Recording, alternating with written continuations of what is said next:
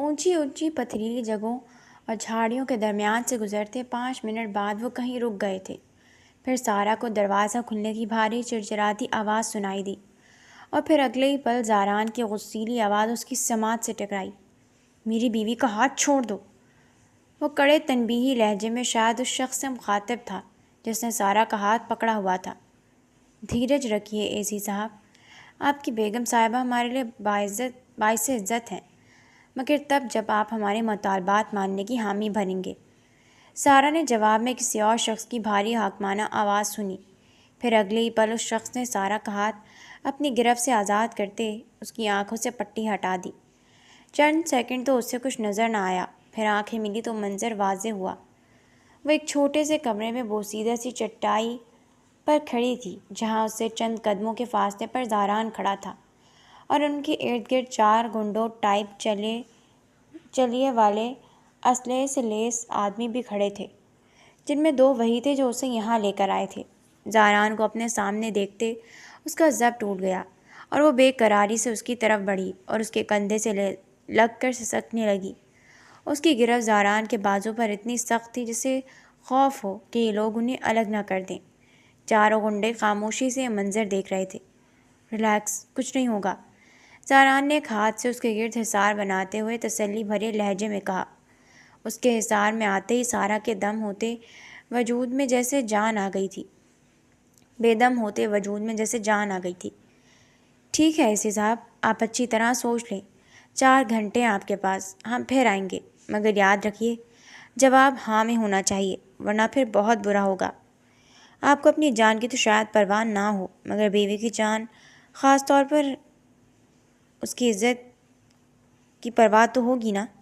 ان میں سے ایک شخص نے، جو شاید ان کا باس تھا، انتہائی مکروہ اور دھمکی بھرے لہجے میں زاران سے کہا، اور پھر اپنے ساتھیوں کو اشارہ کرتے کمرے سے باہر نکل گیا۔ سادی لکڑی کا بھاری دروازہ بھی باہر سے لاک کر دیا گیا تھا۔ ان لوگوں کے جاتے ہی کمرے میں گہری خاموشی چھا گئی تھی۔ جو دھمکی وہ دے کر گئے تھے، وہ زاران حیدر جیسے مضبوط اعصاب کے مالک اور فولادی شخص کو بھی اندر سے ہلا کر رکھ گئی تھی۔ بے شک وہ کوئی عام انسان نہیں تھا، ضلع کا اسسٹنٹ کمشنر تھا، پاور اس کے ہاتھ میں تھی، مگر اس چھوٹے سے کمرے میں قید وہ بے بس تھا۔ بے شک اس لڑکی سے اس کا کوئی دل کا رشتہ نہیں تھا، وہ اس کی نگاہوں میں مشکوک تھی، کیونکہ اس تصویروں والے واقعے میں اس کے بے گناہ ہونے کا اب تک کوئی ثبوت نہیں ملا تھا، مگر اس سب کے علاوہ وہ اس کے نکاح میں تھی۔ اس کی جان اور عزت کی حفاظت کرنا اس پر فرض تھا۔ پھر بھلا اس جیسے نرم دل اور احساس سے ہمدردی رکھنے والا شخص کیسے اس فرض کو نبھانے سے پیچھے ہٹ سکتا تھا؟ وہ شدید ٹینشن میں آ گیا تھا۔ اس کے چہرے کے خوبصورت نقوش پر انتہائی سختی اور سرد پن سا چھا گیا تھا۔ آنکھوں سے شدید اضطراب چھلکنے لگا تھا۔ وہ بے چینی سے کمرے میں ٹہلنے لگا، جبکہ سارا تو یوں ساکت کھڑی تھی گویا وجود میں جان ہی باقی نہ رہی ہو۔ اس کا سائیں سائیں کرتا دماغ اس دھمکی پر اٹکا ہوا تھا۔ آپ کو اپنی جان کی تو شاید پرواہ نہ ہو، مگر بیوی کی جان، خاص طور پر اس کی عزت کی پرواہ تو ہے نا۔ زاران نے ٹہلتے ہوئے ایک نظر اس کے یوں ٹھٹھرے منجمد وجود پر ڈالی، اور پھر بالوں میں ہاتھ پھیر کر گہری سانس لیتا اپنے مشتعل بکھرے اعصاب کو کنٹرول کرنے کی کوشش کرنے لگا۔ ان کرمنلز کے ناجائز مطالبات میں ہرگز نہیں مان سکتا۔ اگر تم ساتھ نہ ہوتی تو میں اب تک ان سے نپٹ چکا ہوتا، مگر تمہاری موجودگی مجھے کمزور کر رہی ہے، میرے ہاتھ باندھ رہی ہے۔ تم آئی ہی کیوں تھی؟ ساتھ مصیبت بن گئی ہو میرے لیے، وہ جھنجھلا کر کہتا اسی پر الٹ پڑا تھا جیسے وہ خود اپنی مرضی سے ضد کر کے آئی تھی اس کے ساتھ۔ سارا کے پاس کہنے کے لیے کچھ نہ تھا، دل پہلی خوف سے پھٹ رہا تھا۔ مزید کسر زاران کے رپٹنے سے پوری ہو گئی۔ وہ پھوٹ پھوٹ کر رونے لگی۔ رونا بند کرو، مسئلے کا حل رونا نہیں ہوتا۔ اسے روتا دیکھ کر وہ مزید بگڑا تو سارا ڈر کر منہ پر ہاتھ رکھے سسکیاں دبانے کی کوشش کرنے لگی۔ اس کی بڑی بڑی آنکھوں سے آنسو مسلسل بہہ کر اس کے گالوں کو بھگو رہے تھے۔ زاران پیشانی مسلتے ہوئے اس کمرے کا باریک بینی سے جائزہ لے رہا تھا تاکہ کسی طرح نکلنے کا کوئی راستہ نظر آئے۔ سارا جو اپنی سسکیوں پر قابو پانے کی ناکام کوشش کر رہی تھی، اچانک اس کے ذہن میں ایک ہولناک خیال کوندا اور ایک حتمی فیصلہ کرتے قدم اٹھاتی زاران کے بالکل قریب آ کھڑی ہوئی۔ آپ ایک کام کریں۔ اس کی آواز اتنی دھیمی اور لرزتی ہوئی تھی کہ زاران کو چھت کا جائزہ لے رہا تھا، چونک کر اسے دیکھنے لگا۔ آپ میرا گلا دبا کر مجھے مار دیں، میں اپنی مرضی سے اپنے پورے ہوش و حواس میں آپ کو اختیار دے رہی ہوں۔ ان لوگوں کے آنے سے پہلے آپ مجھے مار دیں اور پھر جیسے ان سے نپٹ سکتے نپٹ لیں۔ مجھے اپنی جان کی کوئی پرواہ نہیں، مگر میں بے آبرو ہونا برداشت نہیں کر سکتی۔ پلیز مجھے اس بھیانک ظلم سے بچا لیں۔ زاروں قطار ہوتے اس کے دونوں ہاتھ تھام کر اپنے گلے پر رکھتے وہ وحشت زدہ لہجے میں اس سے اپنی جان لینے اور آبرو بچانے کی التجا کر رہی تھی۔ اس کی آنکھوں میں موت کا خوف نہیں تھا، بلکہ اپنی بے حرمتی ہونے کا خوف تھا۔ زاران حیدر تو ششدر رہ گیا تھا۔ سیاسی گھرانے سے تعلق رکھنے کی وجہ سے اسسٹنٹ کمشنر کی پوسٹ پر فائز ہونے سے پہلے بھی اس نے کئی بار ایسے سخت حالات کا سامنا کیا تھا، مگر کسی لڑکی کو یوں اپنے سامنے کھڑے ہو کر اپنی ہی موت کی بھیک مانگتے وہ پہلی بار دیکھ رہا تھا۔ اس کا دماغ ایک پل کے لیے بالکل ہی معاف ہو گیا تھا۔ پلیز دبا دینا میرا گلا، اس سے پہلے وہ لوگ آ جائیں، پلیز جلدی کریں۔ اس کی وحشت رونا منتیں کرنا بڑھتا چلا جا رہا تھا۔ اس سے پہلے وہ اس کے پیروں میں گر جاتی، ساکت کھڑا زاران حواسوں میں لوٹا۔ کیا کر رہی ہو؟ ہوش میں آؤ۔ لمبی گہری سانس لیتے زاران نے اپنے ہاتھ اس کی کمزور گرفت سے نکالے۔ اس کے لہجے میں اب غصہ نہیں تھا، بلکہ افسوس تھا۔ پھر کیا کریں؟ اور کوئی آپشن بھی تو نہیں؟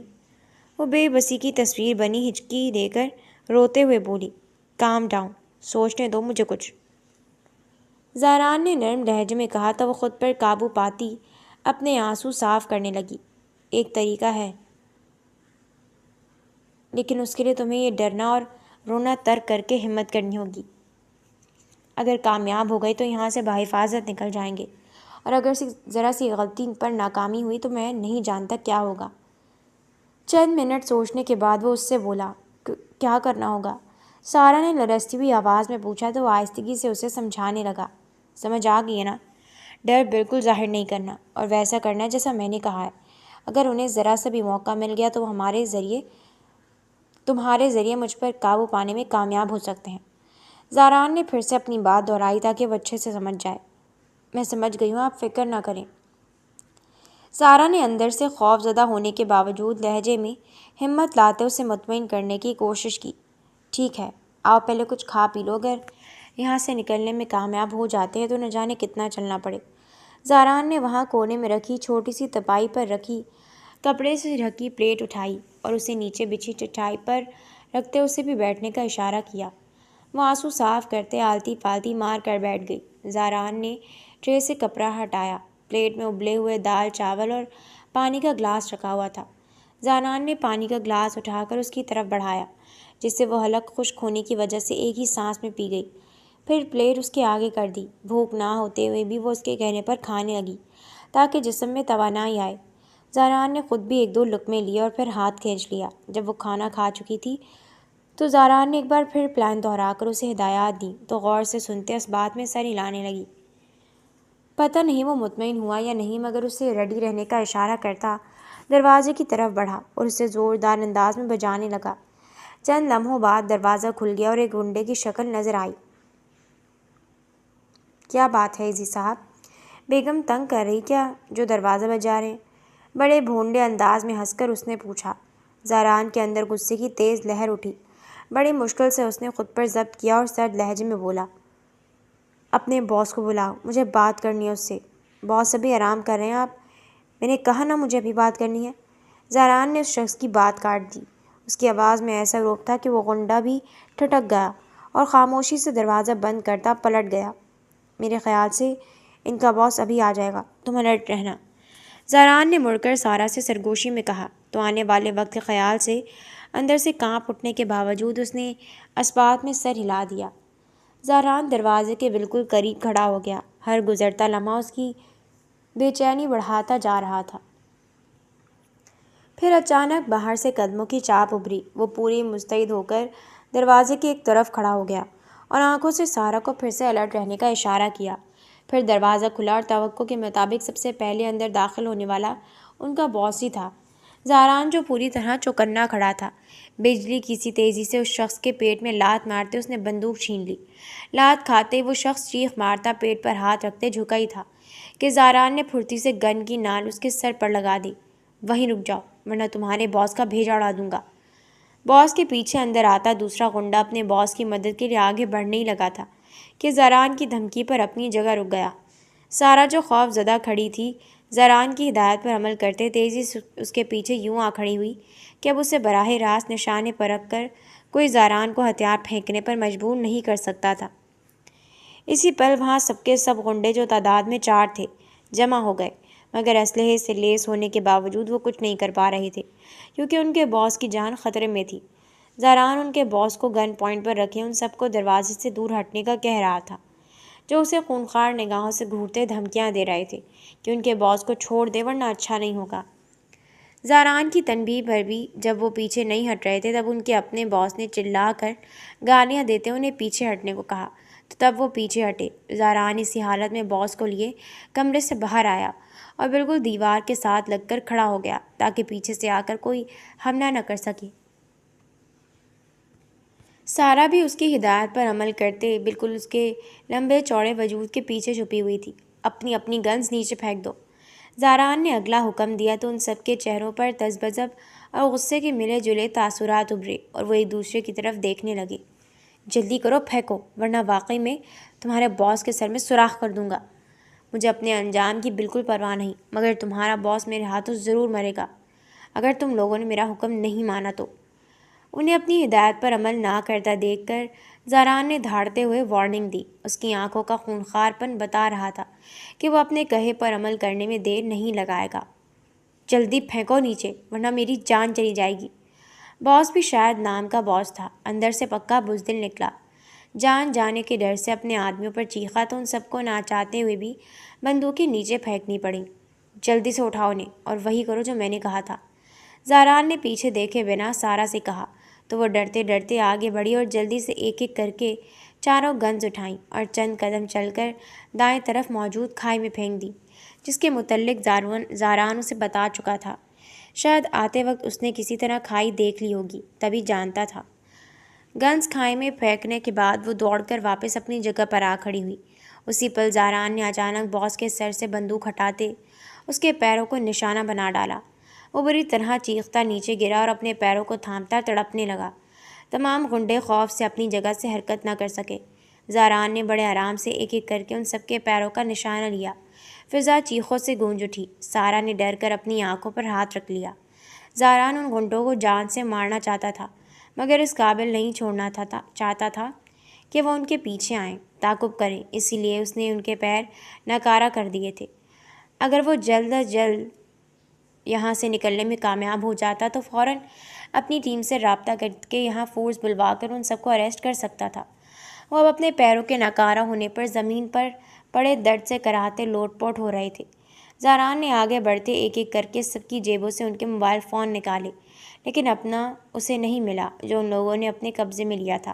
شاید کہیں چھپا دیا تھا یا پھینک دیا تھا۔ اگرچہ نیٹ ورک نہیں تھا، پھر بھی احتیاط کے طور پر اس نے موبائلز آف کر کے انہیں اسی کھائی میں پھینک دیا جہاں سارا نے گنز پھینکی تھی۔ ان سب پر ایک سرد نگاہ ڈال کر سارا کا ہاتھ پکڑتے وہ تیزی سے وہاں سے نکلا تھا، مگر نکلنے سے پہلے سامنے نظر آتے دوسرے کمرے میں رکھے ان غنڈوں کے کھانے پینے کے سامان سے پانی کی بوتل اٹھانا نہ بھولا۔ اونچی نیچی پتھریلی جگہوں، خاردار جھاڑیوں، گھنے درختوں میں سے گزرتا سارا کا ہاتھ تھامے وہ آگے بڑھتا چلا جا رہا تھا۔ اگرچہ اسے کنفرم معلوم نہیں تھا کہ یہ جگہ کون سی تھی، تاہم اندازہ تھا کہ مظفر آباد کے ارد گرد کا ہی کوئی جنگلی علاقہ تھا۔ کندھے پر لٹکی اور ایک تھام میں تھامی پانی کی بوتل کے باوجود وہ پوری تیز رفتاری سے چل رہا تھا، جبکہ سارا تو گھسیٹنے کے انداز میں اس کے ساتھ آگے بڑھتی چلی جا رہی تھی۔ کئی شاخوں جنگلی بیلوں سے ٹکراتے اس کے چہرے اور ہاتھوں پیروں کی نازک جلد پر خراشیں پڑ چکی تھیں۔ جلن بھی محسوس ہو رہی تھی، مگر برداشت کیے وہ زاران کے ساتھ گھسیٹتی چلی جا رہی تھی کہ اچانک پاؤں خاردار جنگلی بیلوں میں الجھا اور نہ چاہتے ہوئے بھی منہ سے ایک ہلکی سی چیخ نکل گئی۔ کیا ہوا؟ زاران ایک جھٹکے سے رکا۔ جواب دینے کے بجائے وہ اپنا ہاتھ چھڑاتے بیلوں میں جوتے سمیت الجھے پاؤں کو نکالنے کی کوشش کرنے لگی۔ زاران بھی تیزی سے آگے بڑھتا جھک کر مدد کرنے لگا۔ چند سیکنڈ کی کوشش کے بعد پاؤں تو آزاد ہو گیا، مگر نازک سی 2 اسٹرپس پر مشتمل جوتی ٹوٹ گئی تھی جس کو جوڑا بھی نہیں جا سکتا تھا۔ وہ بری طرح پریشان ہو گئی کہ اب بغیر جوتی کے اس جنگل میں کیسے چلے گی جہاں قدم قدم پر پتھر کانٹے پڑے ہوئے تھے۔ زاران نے چند پل سوچنے کے بعد اپنے جاگرز اتارے اور اس کے پیروں کے پاس رکھ دیے۔ آپ کیا پہنیں گے پھر؟ تذبذب اور حیرت میں مبتلا سارا اسے دیکھنے لگی۔ میری خیر ہے، تم پہنو انہیں اور جلدی کرو، رات ہونے سے پہلے پہلے نکلنا یہاں سے۔ اس کا لہجہ اسپاٹ تھا مگر تشویش زدہ اور چوکانہ نظریں ارد گرد کے ماحول کا جائزہ لے رہی تھیں، جہاں شام کے گہرے ہوتے سایوں اور بادلوں کی وجہ سے ہلکی ہلکی تاریکی جنگل کو اپنی لپیٹ میں لینے لگی تھی۔ سارا مزید کچھ کہے بنا جلدی جلدی جوتے پہننے لگی۔ اگرچہ جوتے اس کے سائز سے کافی بڑے اور لوز تھے، مگر ننگے پیر چلنے سے کہیں بہتر تھا کہ وہ انہیں پہن لیتی۔ مگر ساتھ ہی زاران کی فکر بھی ستا رہی تھی کہ وہ اس جنگل میں ننگے پیر کیسے چل سکے گا بھلا۔ لیکن اس فکر کو اس وقت بریک لگ گئی جب اس نے دیکھا کہ بغیر جوتوں کے بھی وہ پہلے کتنا تیز رفتاری سے چل رہا تھا۔ شاید اسے ایسی جگہوں پر چلنے کا تجربہ تھا جبکہ سارا جوتوں کے ساتھ بھی مشکل سے چل رہی تھی۔ پھر 5 منٹ بعد اس کی ہمت جواب دے گئی جب ایک ناہموار جگہ پر وہ ایک جنگلی بیل میں جوتوں کے الجھنے کی وجہ سے منہ کے بل جا گری۔ منہ سے چیخ تو بساختہ ہی نکلی تھی، ساتھ میں وہ رونے بھی لگ گئی۔ زاران نے گہری سانس لیتے اسے جھک کر ہاتھ سے پکڑتے اٹھایا۔ میں نہیں چل سکتی، آپ خود پہن لیں۔ نیچے بیٹھے بیٹھے اس نے جوتے اتار دیے تھے۔ میں پہن لوں تو تم پھر ننگے پاؤں کیسے چلو گی؟ اتنی چھوٹی بچی بھی نہیں ہو کہ گود میں اٹھا لوں۔ اس کا لہجہ تھکن اور جھنجھلاہٹ بھرا ہوا تھا۔ اس براہ راست طنز پر سارا کا چہرہ شرم سے سرخ ہوا۔ زاران کی طرف دیکھے بغیر وہ ننگے پاؤں کھڑی ہوتی آگے بڑھی تو زاران کو اپنے جوتے خود پہننے پڑے۔ احتیاط سے چلنا، کچھ لگ نہ جائے۔ اس کے قریب آ کر زاران نے اس کا ہاتھ پھر سے اپنے مضبوط ہاتھ میں لے لیا اور سست رفتار سے چلتا وہ اسے کہہ رہا تھا۔ سارا نے اس بات میں سر ہلا دیا۔ وہ بہت احتیاط سے چل رہی تھی مگر پھر بھی ایک نوکیلا کانٹا اچانک پاؤں میں چبھ گیا تھا۔ سی کی آواز کے ساتھ زوردار درد بھری سسکی حلق سے برآمد ہوئی۔ کیا ہوا؟ زاران نے چونک کر اسے دیکھا۔ کانٹا لگ گیا پاؤں میں۔ وہ ایک پاؤں زمین پر ٹکائے دوسرے کی ایڑی اوپر اٹھائے دانت بھینچ کر بولی۔ زاران نے کندھے پر لٹکتی بندوق اتار کر نیچے رکھی اور گھٹنا زمین پر ٹکاتے اس کے پیروں کے قریب بیٹھا۔ دکھاؤ مجھے۔ وہ بلا جھجک اس کا مٹی سے ہٹا پیر تھام کر دیکھنے لگا۔ توازن بگڑنے اور گرنے سے بچنے کے لیے اس نے بے اختیار دونوں ہاتھ اس کے چوڑے مضبوط کندھوں پر رکھ دیے۔ اس سے انتہا درجے کی نزدیکی نے اس حالت میں بھی سارا کے دل کی دھڑکن کو تیز کر دیا تھا۔ کافی بڑا کانٹا ہے اور آدھا اندر ہے، بتانے کے ساتھ اس نے ایک جھٹکے سے کھینچ کر نکال بھی دیا۔ آہ! سارا کے منہ سے ہلکی سی چیخ نکل گئی۔ زاران کے کندھوں پر اس کی گرفت سخت ہوئی۔ زاران سر اٹھا کر ایک نظر اس کے تکلیف دہ تاثرات والے چہرے کو دیکھا اور پھر جیب سے رومال نکال کر اس کے پاؤں سے نکلتی ننھی ننھی خون کی بوندوں کو صاف کیا اور پھر اوپر رومال باندھ دیا۔ تمہاری وجہ سے بہت دیر ہو رہی ہے، رات یہیں پھنس نہ جائے۔ اندھیرا گہرا ہو گیا تو تم ایسے ننگے پاؤں چلو گی کیسے؟ آسمان پر چھائے بادل اور جنگل میں لمحہ بلمحہ بڑھتی تاریکی کو دیکھ کر وہ تشویش بھرے لہجے میں کہتے اٹھ کھڑا ہوا۔ سارا خود بھی بڑھتے اندھیرے اور گہرے بادلوں کو دیکھ کر بری طرح پریشان ہو گئی۔ پورا پیر زمین پر رکھو اور چلنے کی کوشش کرو، وہ اس کے پریشان چہرے پر ایک نظر ڈالتا ہوا بولا۔ سارا نے اس کی ہدایت پر عمل کیا، اگرچہ تکلیف ہو رہی تھی۔ ہر قدم پر پاؤں سے درد کی لہر اڑتی محسوس ہوتی تھی، مگر وہ پھر بھی چلنے کی بھرپور کوشش کر رہی تھی۔ زاران نے اس کا ہاتھ تھاما ہوا تھا اور چلنے کی رفتار بھی سست رکھی ہوئی تھی۔ کچھ ہی دیر گزری تھی جب آسمان پر بجلی کڑکی اور بارش کی موٹی موٹی بوندیں گرنے لگی۔ پھر دیکھتے ہی دیکھتے بارش اتنی تیز ہوتی گئی کہ مزید سفر کرنا ممکن نہ رہا۔ اوپر سے بغیر جوتوں کے سارا کے لیے اس کیچڑ اور پھسلن میں چلنا بھی سخت دشوار ہو رہا تھا۔ زاران کسی مناسب جگہ کی تلاش میں نظریں دوڑا رہا تھا جہاں وہ بارش سے بچنے کے لیے پناہ لے سکیں۔ پھر اسے ایک جگہ نظر آ گئی۔ 3-4 درختوں کی گھنی ٹہنیاں آپس میں الجھی ہوئی تھیں۔ اوپر سے مزید بھی ٹہنیاں لکڑیاں ڈال کر اسے چھت کی شکل دے دی گئی تھی۔ یقیناً یہ کسی انسان کا کام تھا جو بارش سے بچنے کے لیے یہاں رکا ہوگا۔ زاران سارا کو لیے تیزی سے اس عارضی پناہ گاہ کی طرف بڑھ گیا۔ اس چھوٹی سی اوپن جھوپڑی میں جا کر وہ دونوں وہاں پڑے ایک پتھر پر بیٹھ گئے تھے، کیونکہ نیچے زمین پر جھاڑ جھنکاڑ اور مٹی سے ہٹی ہوئی تھی۔ صرف وہی پتھر ہی صاف تھا۔ زاران نے گن بھی وہیں سائڈ پر رکھ دی اور پانی کی بوتل سارا کی طرف بڑھائی۔ سارا نے بوتل کھول کر منہ سے لگانے کے بعد بجائے تھوڑا فاصلے پر پکڑے رکھی، مگر اس طرح پانی منہ میں کم اور منہ کے ارد گرد زیادہ گر رہا تھا۔ زاران نے دیکھا تو 2 ٹوک دیا اور بوتل منہ سے لگانے کو کہا۔ پھر پانی پی کر جب سارا نے بوتل واپس دی تو وہ بھی اسی کی طرح بوتل کو منہ لگا کر پینے لگا۔ سارا کو بہت عجیب سا لگا، پہلی بار وہ اس کا جھوٹا پی رہا تھا۔ بارش رکے تو ہم اپنا سفر جاری رکھ سکتے ہیں۔ ٹارچ ہے میرے پاس، مگر مسئلہ پھر سے وہی تمہارے جوتے کا نہ ہونا ہے۔ اگر چھوٹی بچی ہوتی تو مسئلہ بھی نہ ہوتا، گود میں اٹھا لیتا تمہیں۔ سامنے دیکھتے اس نے بات کا آغاز کیا، مگر آخر بات سارا کی طرف دیکھتے مزاحیہ انداز میں کہی تو وہ جھینپ گئی۔ یہ پہلا موقع تھا جو وہ اس طرح کوئی فقرہ اسے مزاحیہ انداز میں کہہ رہا تھا۔ اور اگر بارش نہ رکی تو؟ سارا نے برستی بارش کی بوندوں کو دیکھتے تشویش بھرے لہجے میں سوال کیا۔ پھر رات یہیں گزارنی پڑے گی؟ وہ کندھے اچکا کر بولا۔ یہیں اس چھوٹے سے پتھر پر بیٹھے بیٹھے؟ سارا کے منہ سے بے اختیار نکلا۔ جواب میں زاران نے عجیب سی نظروں سے اسے دیکھا۔ محترمہ، آپ کو یہاں پر کوئی شاہی بستر نظر آ رہا ہے تو بتا دیں، ہم اسی پر سو جاتے ہیں۔ اس کے طنز پر وہ بری طرح شرمندہ ہو کر بارش کو دیکھنے لگی۔ پھر دونوں کے درمیان خاموشی چھا گئی۔ جنگل میں بڑھتے اندھیرے اور گرتی بارش کی بوندوں کا شور تھا۔ پھر بارش کے ساتھ جب تیز ہوا نے بھی چلنا شروع کیا تو سارا کو سردی محسوس ہونے لگی۔ کپڑے پہلے ہی گیلے ہو کر جسم سے چپکے ہوئے تھے، اوپر سے ٹھنڈی ہوا بھی جب ٹھنڈے وجود سے ٹکراتی تو کپ کپی طاری کر دیتی۔ کپڑے تو زاران کے بھی گیلے تھے، مگر وہ بڑے آرام سے بیٹھا سامنے جنگل پر نگاہیں جمائے سوچوں میں گم تھا۔ سردی سے بچنے کے لیے وہ اپنے گیلے دوپٹے کو مزید اپنے گرد لپیٹنے لگی، مگر دوپٹے کے گیلے ہونے اور ریشمی ہونے کی وجہ سے کوئی فرق نہ پڑا۔ کیا ہوا؟ سردی لگ رہی ہے؟ اسے کپ کپاتے اور دوپٹہ لیتے دیکھ کر زاران نے پوچھا تو وہ اس بات میں سر ہلا گئی۔ زاران نے اپنی جیکٹ کی طرف دیکھا، وہ بھی گیلی تھی۔ پھر وہ کچھ سوچتے ہوئے اٹھا اور وہاں پڑی چھوٹی چھوٹی ٹہنیاں جمع کرنے لگا جو اسے چھپر کے نیچے ہونے کی وجہ سے خشک تھیں۔ چھوٹی ٹہنیوں کا پتھر کے پاس انبار لگانے کے بعد وہ کچھ موٹی لکڑیاں بھی اٹھا لایا جو زیادہ گیلی نہیں تھیں۔ سارا چپ چاپ اسے کام کرتا دیکھ رہی تھی۔ لکڑیاں جمع کرنے کے بعد اس نے جیب سے لائٹر نکال کر آگ لگا دی تھی، مگر ہوا کی وجہ سے لکڑیاں آگ نہیں پکڑ رہی تھیں، تو اس نے سارا کو ہوا والی سائڈ سے سامنے بیٹھنے کو کہا۔ کچھ دیر کی کوشش کے بعد وہ آگ جلانے میں کامیاب ہو گیا تھا۔ گہری سانس لیتے وہ اٹھا اور اس کے قریب پتھر پر بیٹھنے کے بعد جیکٹ اتار کے اسے بھی آگ کے پاس ٹہنیوں کے پاس خشک ہونے کے لیے پھیلا دیا۔ تم بھی اتار دو اور آگ کے قریب ہو جاؤ تاکہ تمہارا ڈریس خشک ہو جائے۔ اسے دوپٹہ اتارنے اور آگ کے قریب ہونے کا کہہ رہا تھا۔ سارا جھجک گئی۔ اگر دوپٹہ اتار دیتی تو نیچے موجود سبز رنگ کا ریشمی ڈریس بہت واضح ہوتا۔ وہ دبو قسم کی لڑکی نہیں تھی، مگر اتنی بولڈ بھی نہیں تھی کہ زاران کے سامنے بغیر دوپٹے کے کمفرٹیبل فیل کر پاتی۔ اسی لیے اس کی بات سن کر بھی ایسے ہی بیٹھی رہی تو زاران نے خود ہی ہاتھ بڑھا کر گیلا دوپٹہ الگ کر دیا۔ وہ ششدر رہ گئی۔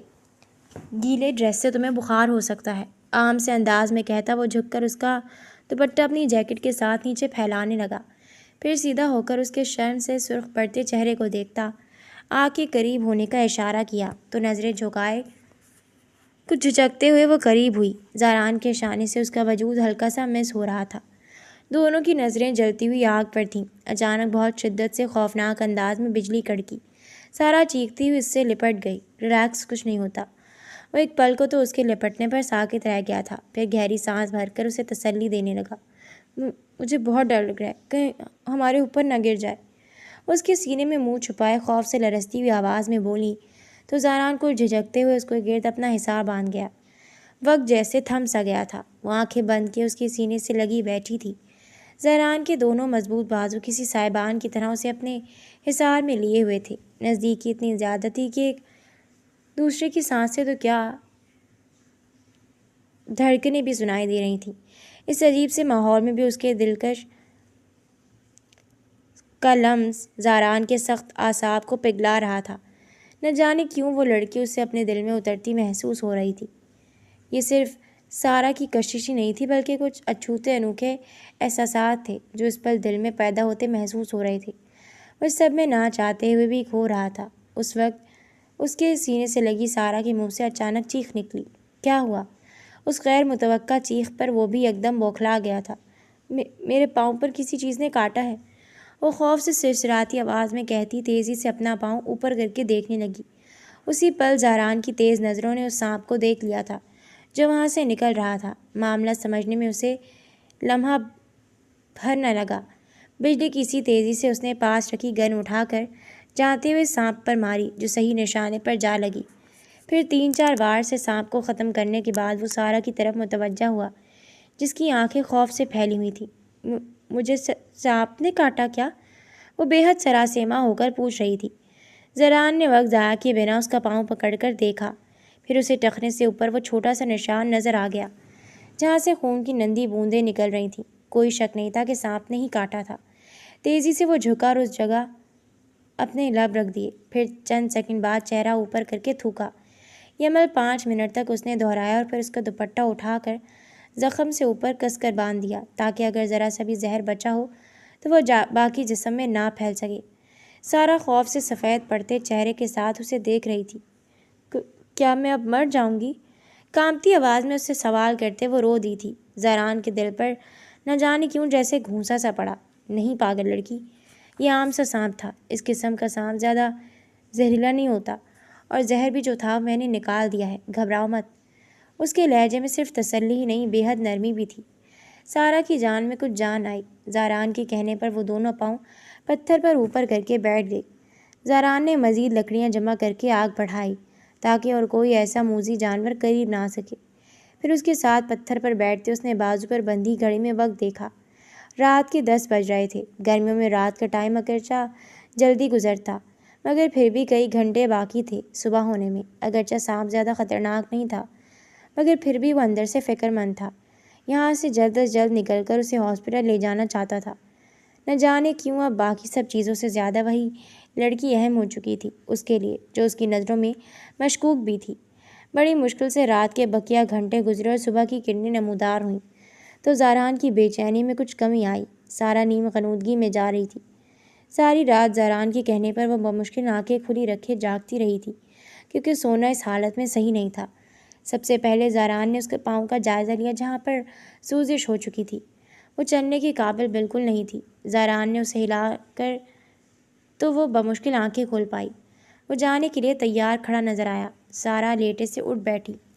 زاران نے گن اٹھا کر کندھے سے لٹکائی اور پھر جھک کر سارا کے نرم و نازک وجود کو اپنے مضبوط بازو میں اٹھا لیا۔ میں چلنے کی کوشش کرتی ہوں۔ شرم سے سرخ ہوتی وہ سٹپٹا کر بولی، تم نہیں چل سکتی۔ وہ نرم لہجے میں کہتا سمت کا تعین کیے بنا ایک طرف انداز سے چلنے لگا۔ پھر نہ جانے کتنے گھنٹے وہ مسلسل چلتا رہا۔ درمیان میں کئی بار رک کر اس نے سارا کو نیچے بھی بٹھایا تھا۔ آسان نہیں تھا جنگل کے ناہموار راستوں پر ایک لڑکی کو اٹھا کر چلنا۔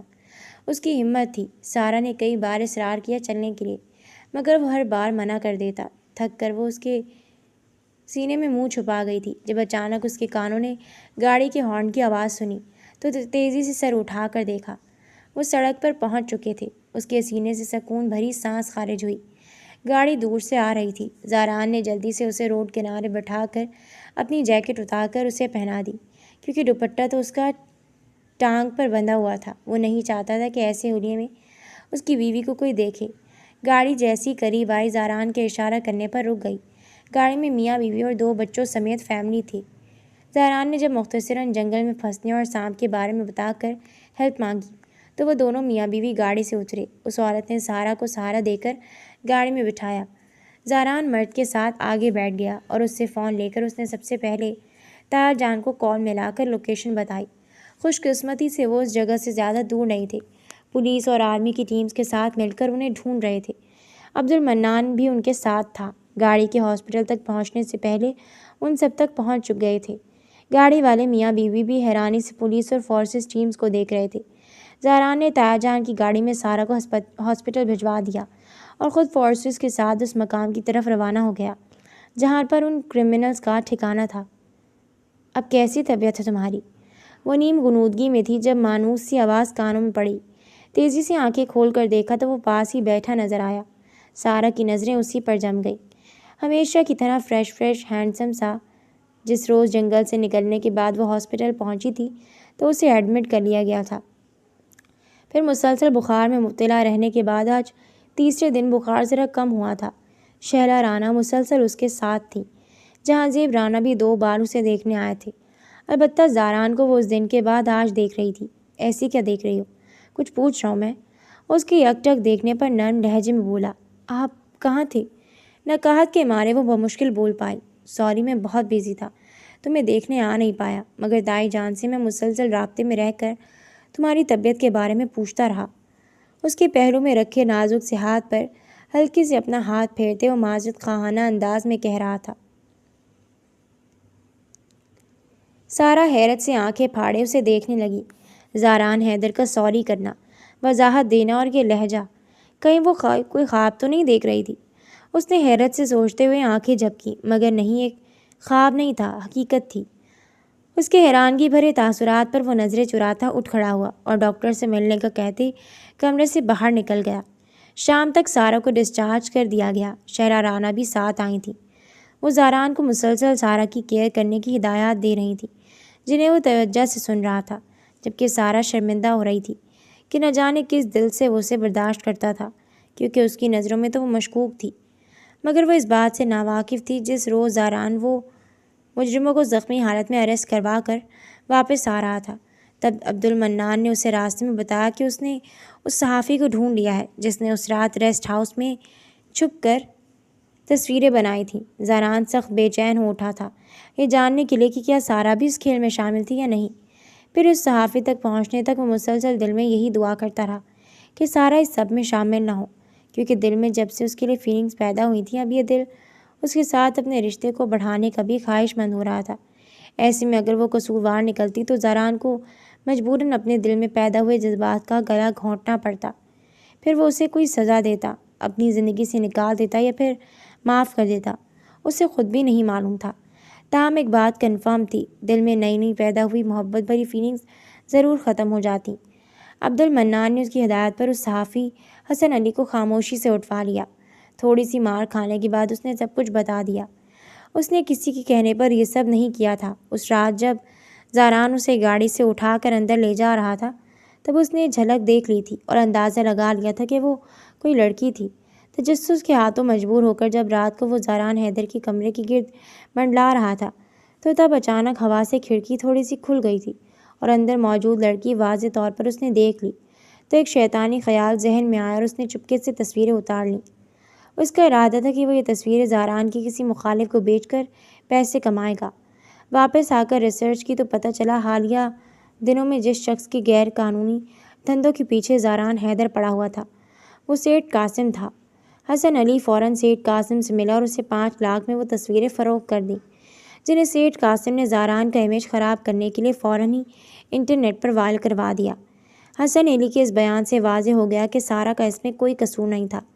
وہ بے حد خوش ہوا تھا۔ وہ وہاں اپنی مرضی سے اور واقعی زاران حیدر کی محبت میں ہی آئی تھی، جو قدرت نے ایسے حالات پیدا کر کے زاران حیدر کی زندگی میں بڑی آسانی سے اسے شامل کر دیا تھا۔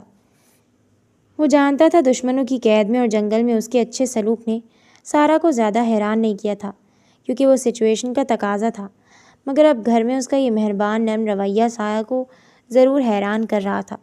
یہاں تک کہ جب شام کو سارا کے والدین اپنی بیٹی کو دیکھنے آئے تو زاران ان کے بہت عزت اور خلوص سے پیش آیا۔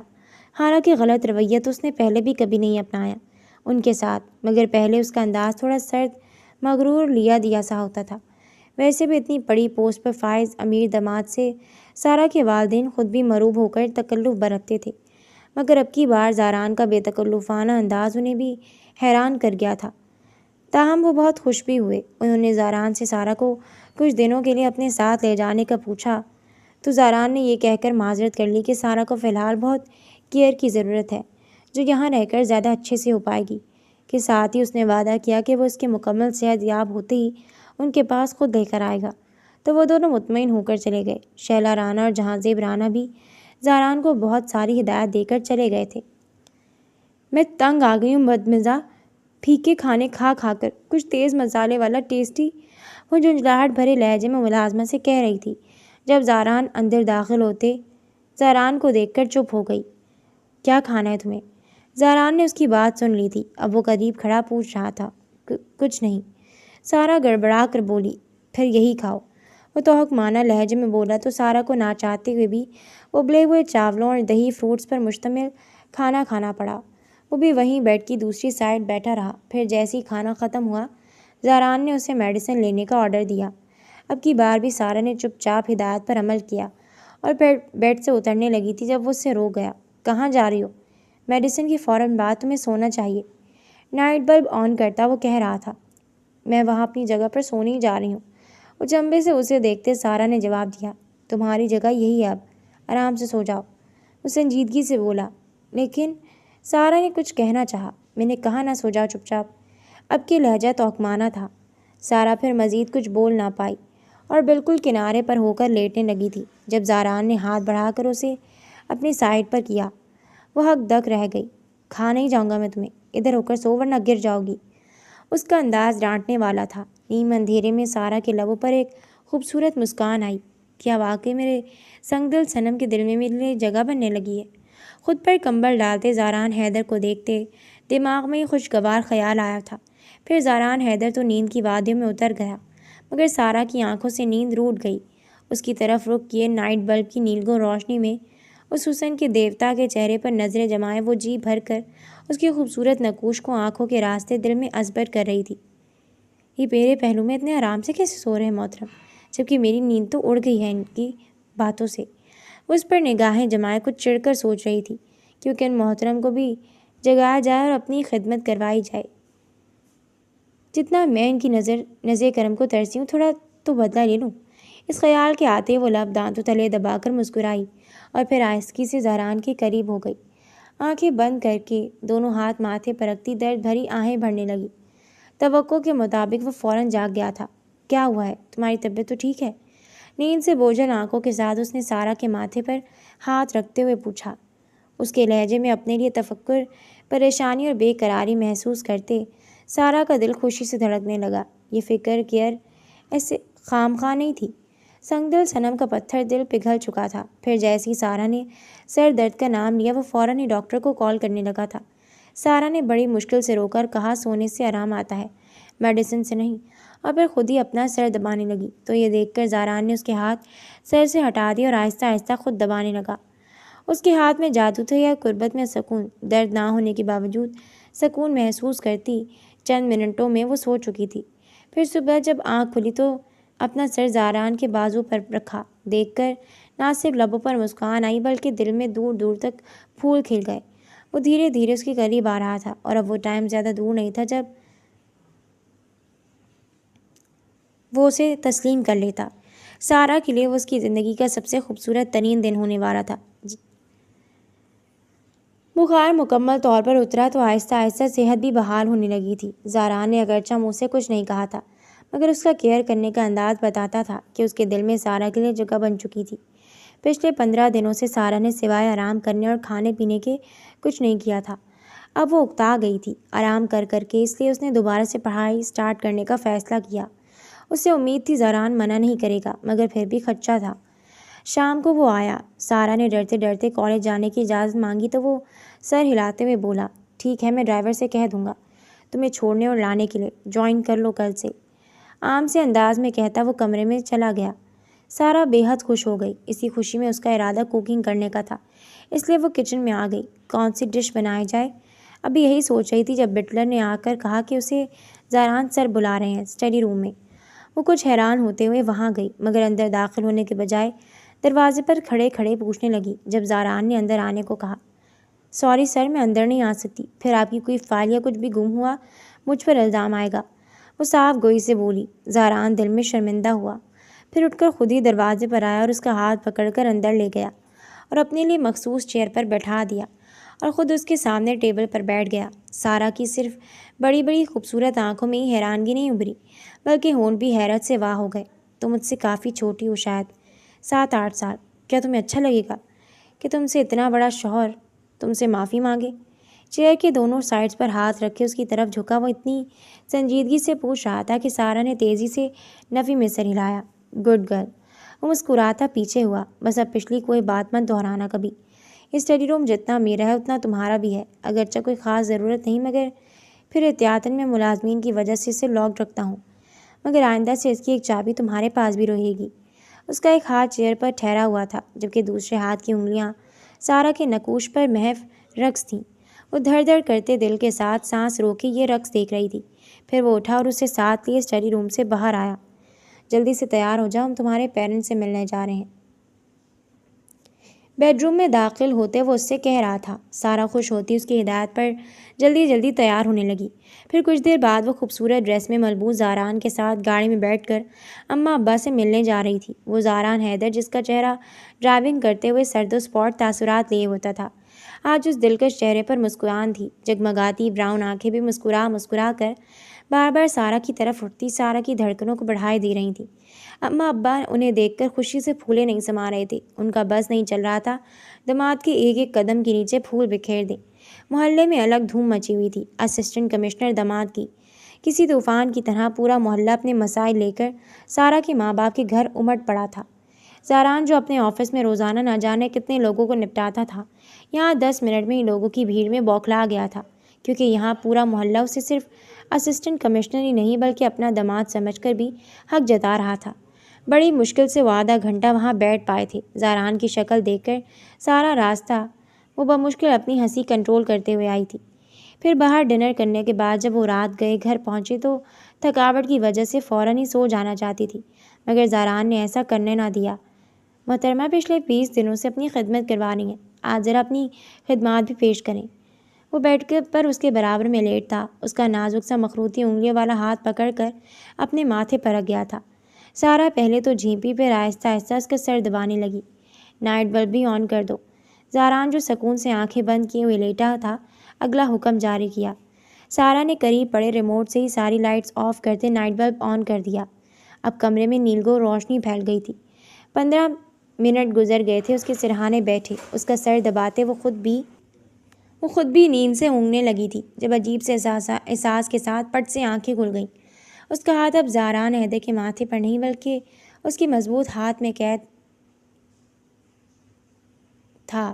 بند آنکھوں کے ساتھ اس کے دہکتے ہوئے لب سارا کی ہتھیلی پر چلتے اس کے پورے وجود میں سنسنی دوڑانے کے ساتھ اسے پگھلا بھی گئے۔ وہ چاہ کر بھی ہاتھ پیچھے نہ کر سکی۔ اسی پل زاران نے آنکھیں کھول کر اس کی طرف دیکھا۔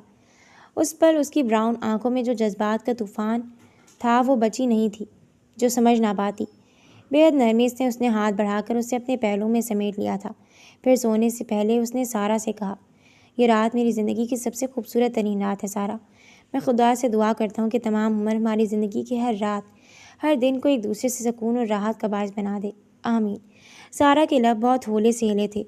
زاران حیدر کے حصار میں بیک وقت کپکپاہٹ، بے قراری اور طمانینت کے احساس ساتھ لیے